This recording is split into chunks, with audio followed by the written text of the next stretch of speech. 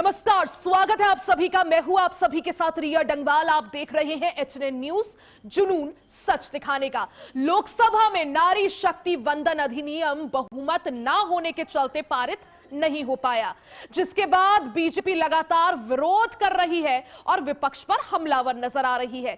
इसी कड़ी में लखनऊ में मुख्यमंत्री योगी आदित्यनाथ ने भी विपक्ष के खिलाफ मोर्चा खोल दिया है। सीएम योगी ने विपक्ष पर जमकर हमला बोला और कांग्रेस पर दोहरे आचरण का आरोप लगाया। योगी ने इतिहास के पन्ने भी खोले। सीएम ने शाहबानो केस का जिक्र किया और उन्होंने कांग्रेस पर मुस्लिम महिलाओं के अधिकारों से समझौता करने का आरोप लगाया। सीएम ने कहा, ट्रिपल तलाक को लेकर भी उन्होंने कहा कि जब महिलाओं को न्याय देने की बात आई तब भी कांग्रेस ने विरोध का रास्ता चुना। सीएम ने विपक्ष को घेरते हुए कहा कि जो मुस्लिम महिलाएं हैं, मुस्लिम महिलाओं की बात करते हैं, वो तब कहां थे जब कांग्रेस की सरकार में शाहबानो मामले में मुस्लिम महिलाओं के अधिकारों से उन्हें वंचित रखने का प्रयास किया गया था।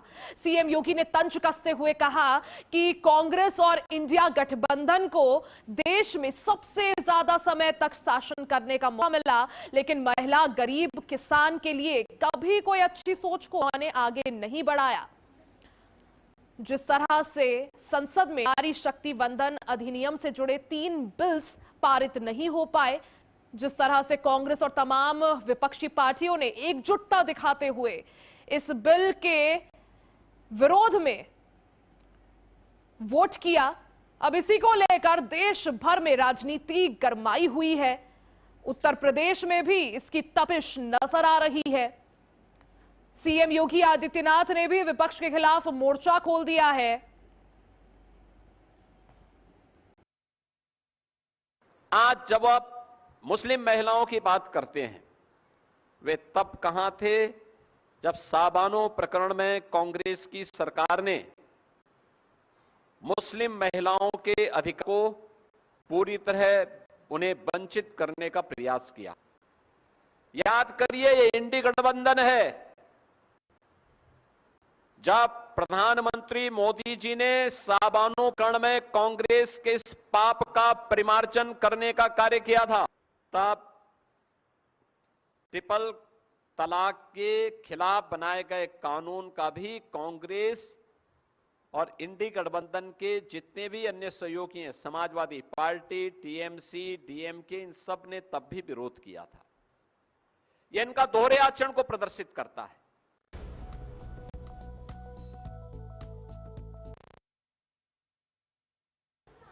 तो सुना आपने किस तरह से मुख्यमंत्री योगी आदित्यनाथ ने भी अब पीएम मोदी और तमाम बीजेपी के बड़े लीडर्स के बाद विपक्ष के खिलाफ मोर्चा खोल दिया है। जिस तरह से लोकसभा में नारी शक्ति वंदन अधिनियम के से जुड़े 3 महत्वपूर्ण जो बिल्स हैं, वो बहुमत ना होने के चलते संसद से पारित नहीं हो पाए। पूरा विपक्ष इसको देखते हुए एकजुट नजर आया। विपक्ष ने इन तीनों बिल्स का कड़े शब्दों में विरोध किया और ना सिर्फ शब्दों में विरोध किया बल्कि वोट में भी विरोधाभास नजर आया। अब इसी को लेकर पूरी की पूरी भारतीय जनता पार्टी ने देश भर में विपक्ष के खिलाफ मोर्चाबंदी शुरू कर दी है। भारतीय जनता पार्टी की कोशिश है कि विपक्ष ने जो रणनीति अपनाई, बीजेपी विपक्ष के इस विरोध को महिला सशक्तिकरण और महिलाओं के विरोध से जोड़ रही है। भारतीय जनता पार्टी का साफ तौर पर कहना है कि जिस तरह से विपक्ष ने इस पूरे मसले को लेकर रुख अपनाया, महिलाओं के आरक्षण से जुड़े 3 महत्वपूर्ण बिल संसद से पास नहीं होने दिए क्योंकि विपक्ष ने समर्थन नहीं दिया। बीजेपी इसे महिलाओं से जोड़ रही है, महिलाओं के साथ दुर्व्यवहार से जोड़ रही है, महिलाओं की एक तरह से जिस तरह से महिला सशक्तिकरण के लिए काम को आगे बढ़ाया जा रहा है, उसमें विपक्ष को सबसे बड़ा रोड़ा और बाधा बता रही है। अब इसी को लेकर भारतीय जनता पार्टी के तमाम बड़े लीडर्स और नेताओं ने विपक्ष को घेरना शुरू कर दिया है, फिर चाहे वो पीएम मोदी हो या फिर गृह मंत्री अमित शाह, और अब मुख्यमंत्री योगी आदित्यनाथ ने भी विपक्ष के खिलाफ मोर्चाबंदी शुरू कर दी है। सीएम योगी आदित्यनाथ ने लखनऊ में बड़ा बयान देते हुए विपक्ष के इस कदम का कड़े शब्दों में विरोध किया।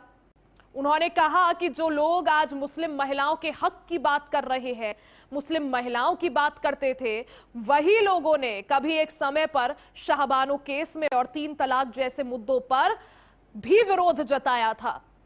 उन्होंने कांग्रेस पर दोहरे आचरण का आरोप लगाया। सीएम योगी आदित्यनाथ ने इतिहास के पन्ने भी खोले। उन्होंने याद दिलाया कि किस तरह से शाहबानो केस में कांग्रेस ने मुस्लिम महिलाओं के अधिकारों से समझौता किया। साथ ही उन्होंने कहा कि जब ट्रिपल तलाक को सीएम ने ट्रिपल तलाक का भी जिक्र किया। उन्होंने कहा कि जिस तरह से ट्रिपल तलाक में प्रधानमंत्री नरेंद्र मोदी ने मुस्लिम महिलाओं को उनका हक दिया, उस वक्त भी विपक्ष ने इस बिल के पास होने पर और कानून बनने तक विपक्ष रोड़े अटकाता रहा।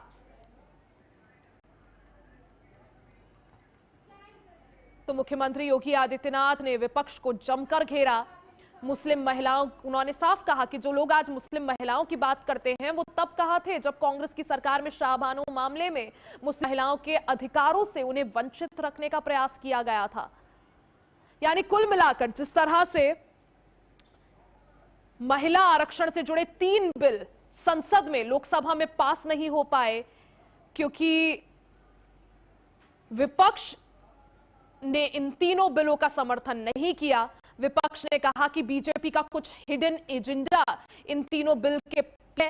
विपक्ष ने आरोप लगाया कि भारतीय जनता पार्टी महिला सशक्तिकरण नाम पर परिसीमन कराना चाहती है, उनका मोटिव कुछ और है।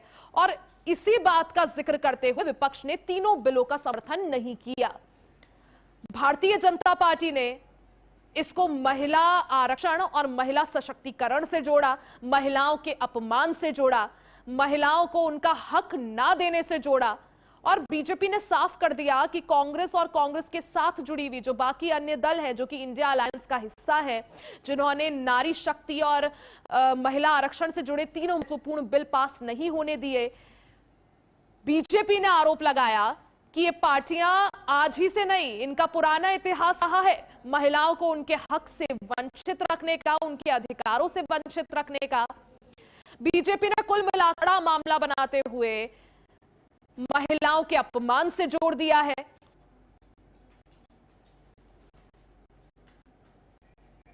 प्रधानमंत्री मोदी हो, गृह मंत्री अमित शाह हो, रक्षा मंत्री राजनाथ सिंह हो, बीजेपी अब एक बड़ा मुद्दा बनाने की कोशिश कर रही है।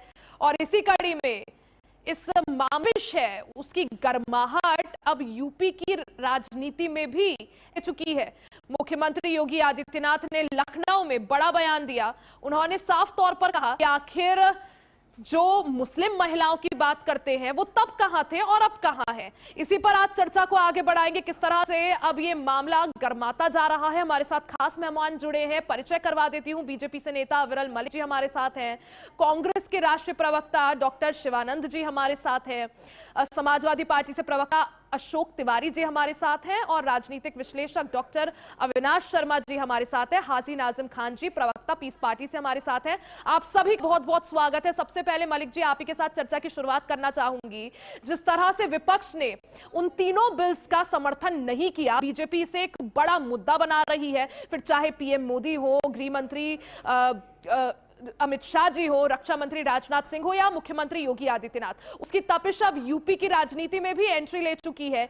सीएम योगी आदित्यनाथ का बड़ा बयान सामने आया, लेकिन मलिक जी, क्या आपको लगता है कि बीजेपी जिस तरह से विपक्ष के वोट ना करने को महिलाओं के विरुद्ध बता रही है, महिलाओं के अपमान से जोड़ रही है, महिलाओं के हक से उन्हें वंचित से जोड़ रही है, क्या बीजेपी से जन आक्रोश में तब्दील कर पाएगी?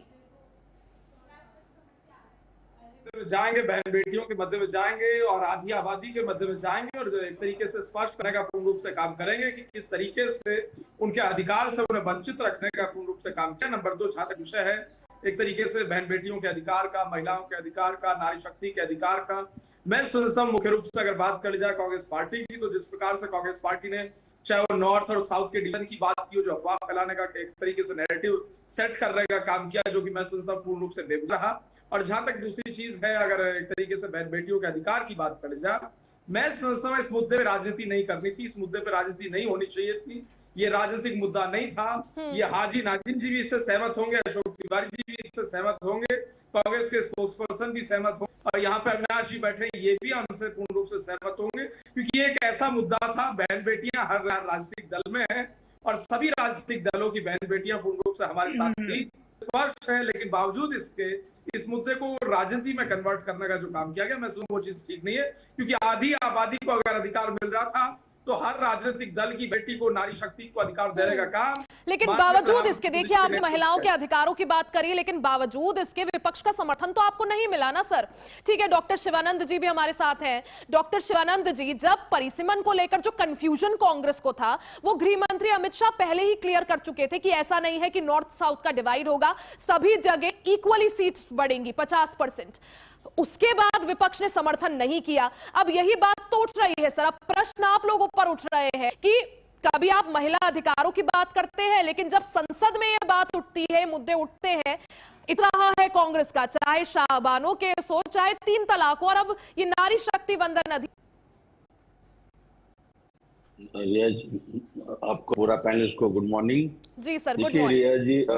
रिया जी, जिस तरह से आदरणीय देश के प्रधानमंत्री नरेंद्र मोदी जी 2014 से लेकर 2026 तक मैं बीजेपी नेता और उनका ही एजेंट बैठे डॉक्टर अविनाश जी को पूछना चाहता हूं कि कितना महिलाओं को आपने सशक्तिकरण किया, कितना % महिलाओं को आप लोगों ने जॉब दिया। हाँ, मुद्रा लोन आज भी नहीं दे रहे हो। हाँ, सब यहाँ बैठ के लोगों को गुमराह कर रहे हो। योगी आदित्यनाथ को तो योगी आदित्यनाथ का तो थोड़ी योगी आदित्यनाथ है, वो तो फर्जी योगी है, उसका सरनेम बिष्ट है। बिष्ट के नाम से बात करो। इधर योगी को मैं जानता नहीं हूँ, शंकराचार्य जी को ये लोग सर्टिफिकेट मांगते हो। ट्रिपल तलाक का कभी भी देखिए, ट्रिपल तलाक का ये लोगों ने 2010 में आदरणीय स्वर्गीय राजीव गांधी जी ने महिला आरक्षण लेके आया, तभी बीजेपी अपोज किया। 2010 में भी हमने महिला आरक्षण के लिए आया, तभी बीजेपी विरोध किया। 2011 में जाति जनगणना हमने doctor Shivanand ji, sir with due respect, sir आपसे सवाल पूछा था ट्रिपल तलाक को लेकर, शाहबानो केस को लेकर, आपने उस पर मुझे कोई जवाब नहीं दिया सर। देखिए रिया जी, नरेंद्र मोदी और आरएसएस अली बाबा चाली चौर पार्टी के ऊपर ज्यादा भरोसा करना ठीक नहीं है। ये लोगों ने एक जादूगर, आपको ऑलरेडी हमारा नेता एलओपी राहुल गांधी जी ने पार्लियामेंट में मोदी साहब का पूरा, ठीक है, ऑपरेशन सिंदूर हो, बालाघाट हो या पठानकोट हो, पार्लियामेंट हाउस अटैक, जब नरेंद्र मोदी जी 2014-2026 तक सिर्फ हिंदू मुस्लिम का नाम मस्जिद के नीचे शिवलिंग ढूंढना, ट्रिपल तलाक का मुद्दा, क्या अगर इतना है तो नरेंद्र मोदी जी डॉक्टर शिवानंद जी, जब एक महिला अपने हक को लेने के लिए सुप्रीम कोर्ट का दरवाजा खटखटाती है, तो आपकी जो सरकार थी, राजीव गांधी की सरकार, वो पलट दे रही है सुप्रीम कोर्ट का फैसला। आप समझिए सर इस बात की गंभीरता को। अच्छा रिया जी, जब ट्रिपल तलाक होता है तो आप बोलते हैं नहीं सर, मुझे एक चीज बताइए, जब ट्रिपल तलाक होता है तो आप बोलते हैं, कांग्रेस ये बोलती है उस वक्त पर कि हम इस प्रथा के खिलाफ है, प्रथा को खत्म करना चाहते हैं, लेकिन जो कानून में जो पेचीदगियां हैं हम उनसे खुश नहीं है, संतुष्ट नहीं है। यही चीज तो अब की बार भी हुआ ना सर।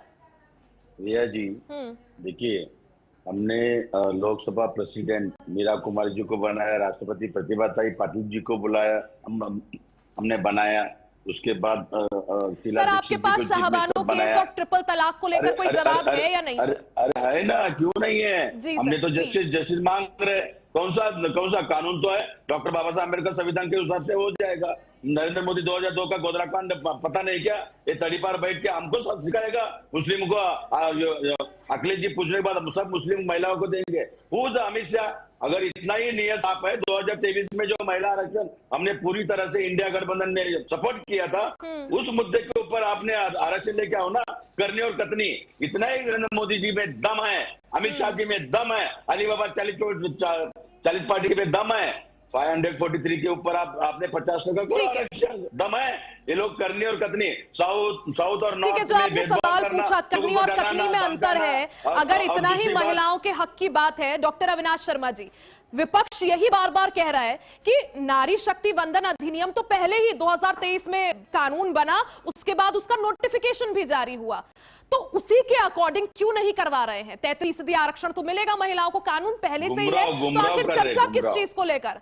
सवाल उठा रहे हैं, गुमराह करने की कोशिश। डॉक्टर अविनाश शर्मा जी देखिए रिया जी, सबसे पहले मैं ये बताना चाहूंगा कि 17 तारीख जो अभी गई है वो संसद के इतिहास में और भारत के इतिहास में एक बहुत काला दिन था, क्योंकि जो आजादी के 75 साल बाद भी अगर महिलाओं को उनके अधिकार और उनके सम्मान की अगर बात थी तो कांग्रेस अविनाश, कितना महिला के ऊपर अत्याचार किया। हो गया मणिपुर के ऊपर क्यों नहीं बोलते? नरेंद्र मोदी मणिपुर में महिला के ऊपर अत्याचार होता है, बलात्कार होता है, क्यों नहीं बोलते? मणिपुर भारत में शर्म आना चाहिए अविनाश। यहाँ बैठ के पहले पढ़ाई करके आओ, कुछ भी बकवास करते यहाँ बैठ के। नरेंद्र मोदी जी ने अगर योगी आदित्यनाथ एक बीजेपी का इतना नेता हो के मणिपुर में पार्लियामेंट हाउस के ऊपर क्यों नहीं बोला? महिला के ऊपर अत्याचार हो रहा है। अंकिता भंडारी का क्या हुआ? आप ही बताओ। अंकिता भंडारी के ऊपर क्या हुआ? Doctor Shivanand ji please sir ji. आपने अपनी बारी में बोला, अब है ना, देश को जानने तो दीजिए सच्चाई। ठीक है सर, जल्दी जल्दी प्लीज सर, समय कम है, मुझे बाकी पैनल के पास भी जाना है। डॉक्टर शिवानंद जी, डॉक्टर शिवानंद जी, एक सेकंड सर, बोल रही हूँ। डॉक्टर शिवानंद जी सर, बाकी पैनलिस्ट के पास भी मुझे जाना है सर, समय कम है, प्लीज कॉर्पोरेट। जी मैं यही कहना चाह रहा हूँ रिया जी कि ये बात सुनते नहीं है, पूरी देश को सामने पूरी सच्चाई आनी चाहिए। मैं ये कहना चाह रहा हूँ 17 तारीख का दिन निश्चित तौर पर एक काले दिन के रूप में था, निश्चित तौर पर एक काले। अरे आपको जनता देगी जवाब, आपको जनता के बीच में आपके और आपके सहयोग। अरे आपने महिलाओं को पिछड़ने का काम किया। आप भी किया कि आपसे 2 सवाल पूछे थे, ट्रिपल तलाक और शाहबानो केस में क्या थे, आप क्यों नहीं जवाब देते? शाहबानो में ट्रिपल तलाक में क्यों नहीं जवाब देते? देश को पता लगना चाहिए। ठीक है, हाजिर आजम खान जी भी हमारे साथ हैं। सर, सीएम योगी आदित्यनाथ ने भी अब विपक्ष के खिलाफ मोर्चा खोल दिया है। उन्होंने साफ तौर पर मुस्लिम महिलाओं के हक की बात की और इतिहास के पन्ने पलटे, उन्होंने इतिहास याद दिलाया विपक्ष को। हाजिर आजम खान जी। हाँ रिया जी, देखिए जिस तरीके से माननीय योगी जी ने जो बात कही है, उससे पहले मैं इस बिल की बात करना चाहता हूँ, क्योंकि सितंबर 2023 के अंदर जब ये महिला वंदना अधिनियम जो बनकर तैयार हो गया था, अब नियम है तो जी इसको एग्रीमेंट करने की क्या जरूरत पड़ेगी? आखिर आप संशोधन करना चाह रहे थे, किस बात को लेकर करना चाह रहे थे? आप कहते आधी आबादी को हम पूरा सम्मान देना चाहते हैं, अधिकार देना चाहते हैं। हम कहते हैं 33% छोड़िए रिया जी, 50% आप उनको आरक्षण दीजिए। जरूरी है उनको 50%, क्योंकि मर्द के साथ महिला का बराबर का कंधे से कंधा मिलाकर खड़ा होने की सख्त जरूरत है। लेकिन हम कहाँ अटक जाते हैं? हम अटक जाते हैं यहाँ पर हमारी मणिपुर के जो घटना होती है, वहां हमारी बहन को इंसाफ नहीं मिल पाता, निर्वस्त्र घुमाया जाता है। अभी आपने देखा होगा बिहार के अंदर भी एक घटना घटी थी, किस तरीके से महिला को लेकर चले गए थे। हाथरस के अंदर घटना घटी थी, उन्नाव की बेटी थी, अंकिता भंडारी थी। इतनी सारी बेटियों को तो आप इंसाफ दिलाइए बराबर का, तभी तो कुछ होगा। बिल्किस बानो का केस तो बड़ा चर्चित रहा है। आपको पता था कि किस तरीके से उनके जो बलात्कारी थे वो जेल से छोटे फूल मालाओं से उनका स्वागत हुआ, लेकिन फिर कोर्ट की तरफ से आदेश हुआ, उनको वापसी जेल जाना पड़ा। तो इन चीजों पर फोकस करने की जरूरत है। महिला सुरक्षित तो देश सुरक्षित, अगर महिला सुरक्षित नहीं है तो देश कहां से सुरक्षित हो जाएगा? रही बात यह कि जब 2023 के अंदर विपक्ष ने पूर्ण समर्थन देकर बिल को पास कराया था महिला अधिनियम को, फिर आज 2026 के अंदर इस तरीके का एक नोटिफिकेशन ऑन करने के बाद कहा गया कि इसमें हम संशोधन कर रहे हैं, इसमें महिलाओं को पूरे 33% का पूरी भागीदारी रहेगी। ठीक है, यानी आप एक तरह से ठीक है, यानी आप केंद्र की नीयत पर इस बिल को लेकर सवाल उठा रहे हैं। मैं जवाब लूंगी यहाँ पर मलिक जी से, लेकिन उससे पहले अशोक तिवारी जी समाजवादी पार्टी से प्रवक्ता है हमारे साथ। अशोक तिवारी जी, सत्ता पक्ष का कहना है कि डबल स्टैंडर्ड है ये विपक्ष का। एक तरफ ये भी बोल रहे हैं कि हम महिलाओं का तो विरोध नहीं कर रहे हैं, हम चाहते हैं कि महिलाओं की भागीदारी बढ़े संसद में, लेकिन दूसरी तरफ जब महिलाओं से जुड़े हुए 3 बिल आते हैं तो उसके बाद विपक्ष वहां पर स्टैंड नहीं लेता। इसे डबल स्टैंडर्ड ही समझे अशोक तिवारी जी? देखिए मैम, अभी भाई अविरल मलिक जी स्पष्ट रूप से कह रहे थे, अच्छी बात कह रहे थे, वो ये उनकी अपनी बात थी, पार्टी की बात नहीं थी। वो कह रहे थे कि जो है राजनीति नहीं है। कोई भी आदमी कहेगा कि इन चीजों को राजनीति नहीं करनी चाहिए, राजनीति करना गलत, और राजनीति करने के लिए ही तो बिल लाई थी भाजपा। 2023 में बिल पास हो चुका है, महिला आरक्षण के पक्ष में समर्थन में सारे ने साथ दिया है 2023 में, और बिल पास कर दिया गया है। इसमें बिल में कोई पास नहीं किया गया ऐसा नहीं है। उस समय सेंसस की बात हुई थी, 2027 का सेंसस किया जाएगा और 2027 के जनगणना के बाद परिसीमन होगा। सारी बातें स्पष्ट हो गई थी, 2029 के बाद लागू होगा। बीच में इसको लाने का सवाल ही नहीं था। बीच में आप किस बात के लिए लाए जब कोई आधार ही नहीं, 27 के संसद बगैर हो ही नहीं सकता है। ये 11 कैसे ले लेंगे हम, मान लेंगे। यानी आप कह रहे हैं चुनावी फायदा लेने के लिए ये एक पॉलिटिकल और चुनावी स्टंट बीजेपी का है। मलिक जी, इस पर आपका जवाब सर, क्योंकि देखिए आप लोगों को अच्छे से पता था कि नंबर गेम में तो आप नहीं इस बिल को पास करा पाएंगे, तो फिर इस बिल को लाने का मकसद, इसी पर आप सवाल उठ रहे हैं। यानी बीजेपी की नीयत आखिर क्या थी इस बिल को लाने के पीछे? क्या सचमुच राजनीति? क्योंकि जैसे ही बिल गिरा, सर पूछ रही हूं मैं सवाल, क्योंकि मलिक जी जैसे ही बिल गिरा बीजेपी ने तो मोर्चा ही खोल दिया विपक्ष के खिलाफ, इसे जन आक्रोश में तब्दील, जिस तरह से पीएम आते हैं लाइव, जनता से 1 to 1 कनेक्ट करते हैं। सर क्या राजनीति करना ही मंशा थी? पॉलिटिकल स्टंट, चुनावी स्टंट? जी देखिए, हमें पूर्ण रूप से भरोसा था, पूरा विश्वास हमें विपक्ष पे था, विपक्ष के अपने साथियों पे था, विपक्ष के अपने मित्रों पे था कि ये निश्चित रूप से पास होगा और डंके की चोट पर पास होगा, इसका कोई विरोध नहीं करेगा। हमें ऐसा पूरा एक तरीके से विश्वास था, भरोसा था। लेकिन ये दुर्भाग्य है कि सर जब आप ही कह रहे हैं शाहबानो केस हो, ट्रिपल तलाक हो, हमेशा कांग्रेस का स्टैंड एंटी विमेन रहा है। कभी भी जब विमेन के अधिकारों की बात आती है तो विपक्ष ने कभी समर्थन नहीं करा, ऐसा आपका कहना है। तो आपको कैसे विश्वास था कि इस बिल में समर्थन कर देंगे? पॉलिटिकल स्टंट समझे ना, कि चुनाव है, चुनाव से पहले जो एक स्टंट किया जाता है ताकि महिलाओं का वोट मिल जाए, यही समझे? नहीं कहा, माननीय प्रधानमंत्री मोदी जी ने बिल्कुल स्पष्ट रूप से अपने विपक्ष के सभी साथियों को सम्मान देते हुए कहा, धर्मेंद्र यादव जी की बहुत तारीफ की, अखिलेश यादव जी की बहुत तारीफ की और आदरणीय अखिलेश यादव जी को अपना बहुत अच्छा मित्र बताया। वो बिल्कुल स्पष्ट है सदन के हल पे। तो हम तो चाहते हैं सारे लोग भारतीय, हम लोग सारे इकट्ठे होके, एकजुट होके देश की आधी आबादी को अधिकार दिलवाने का काम करें, चाहे कोई कांग्रेस का हो, सपा का हो, बसपा का हो, लोकदल का हो, किसी राजनीतिक दल का हो, XYZ। लेकिन अल्टीमेटली हम इंडियंस हैं और इंडियन होने के नाते हमारा प्रमुख दायित्व है, तो मौलिक कर्तव्य है, बाबा साहब डॉक्टर भीमराव अंबेडकर जी के संविधान के द्वारा जो स्पष्ट किया गया, इक्वल प्लेटफॉर्म प्रोवाइड कराने का। तो समान अधिकार महिलाओं को, बहन बेटियों को, तिवारी जी संतुष्ट हैं आप? तिवारी जी संतुष्ट हैं आप उनके जवाब से? देखिए अफजल भाई एक ही बात बराबर कह रहे हैं, उनके पास कहने के लिए कुछ है नहीं। और मैं उनसे ज्यादा क्या कुछ सवाल करूं, वो मजबूर है, भाजपा के प्रवक्ता हैं, जो मोदी जी कहेंगे, योगी जी जिस तरह से बात करेंगे वही बात उनको आगे बढ़ानी पड़ेगी। सच्चाई तो स्पष्ट है कि उन्होंने पहले ही कहा था इस पर राजनीति नहीं है और राजनीति नहीं होनी चाहिए। राजनीति कर कौन रहा है? भाजपा कर रही राजनीति, स्पष्ट रूप से भाजपा कर रही है, राजनीति के अलावा कुछ कर ही नहीं रही है। ये बिल पास हो चुका है, महिला आरक्षण दिया जा चुका है। बताइए मलिक जी, वो कह रहे हैं 2023 में बिल पास हो गया, तो जिस पर चर्चा हो रही थी है। देखिए बहुत अच्छी बात की अशोक जी ने, बिल्कुल निश्चित रूप से, लेकिन ये 7-8 साल एक्स्ट्रा जाएंगे, एक तरीके से लंबा समय इसमें जाया होगा, ये समय बात नहीं होता। 7-8 साल का तत्काल प्रभाव से लागू हो जाता है और इसमें सबको लाभ होता है। ठीक है, इसमें महिलाएं वो कह रहे हैं जो पुराना बिल था, जो कानून बन गया, उसके तहत जो प्रावधान था 2035 से महिलाओं को आरंभ मिलता। हमारी कोशिश है कि जल्द से जल्द 2029 से मिल जाता, इसलिए संशोधन। हाजी नारायण जी, संतुष्ट हैं आप जवाब से? नहीं, मैं संतुष्ट नहीं हूँ। ये गुमराह करने वाला जवाब दिया अफजल भाई ने। अब बता दीजिए 2023 के अंदर जब सारी चीज थी, राष्ट्रपति के जो मोहर भी लगी, इसको नियम को पूरी तरीके से कानून बन गया। अब ये कह रहे जब 3500 महिलाओं को आरक्षण मिलेगा, तो इसका मतलब यह है कि आपके सोच से समझे साजिश थी, आप ये 2023 में लेकर आए क्योंकि हम आगे यानी साजिश थी महिलाओं को लेकर। Doctor Shivaji sir, final comment. देखिए रिया जी, अदरसो अंकिता भंडारी जी का आप देखिए, उसके बाद मणिपुर जो महिला के ऊपर अत्याचार हो रहे, उसके बाद जम्मू कश्मीर में कठुआ में जो अत्याचार हुआ है, एक छू भी नरेंद्र मोदी ने नहीं बोला, अली बाबा 40 चोर। यानी आप ये कहना चाह रहे हैं?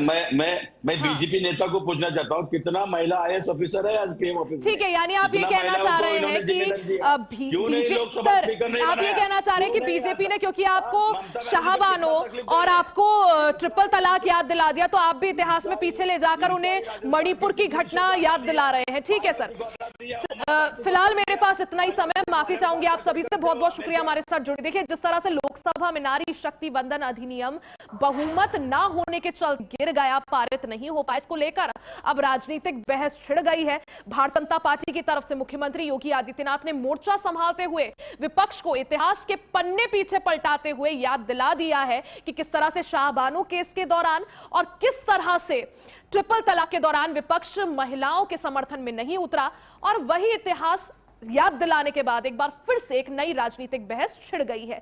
इसी के साथ इस बुलेटिन में फिलहाल के लिए बस इतना ही। बने रहे हमारे साथ, देखते रहे एचएनएन न्यूज़ जुनून सच दिखाने का। और चलते चलते मौसम का हाल।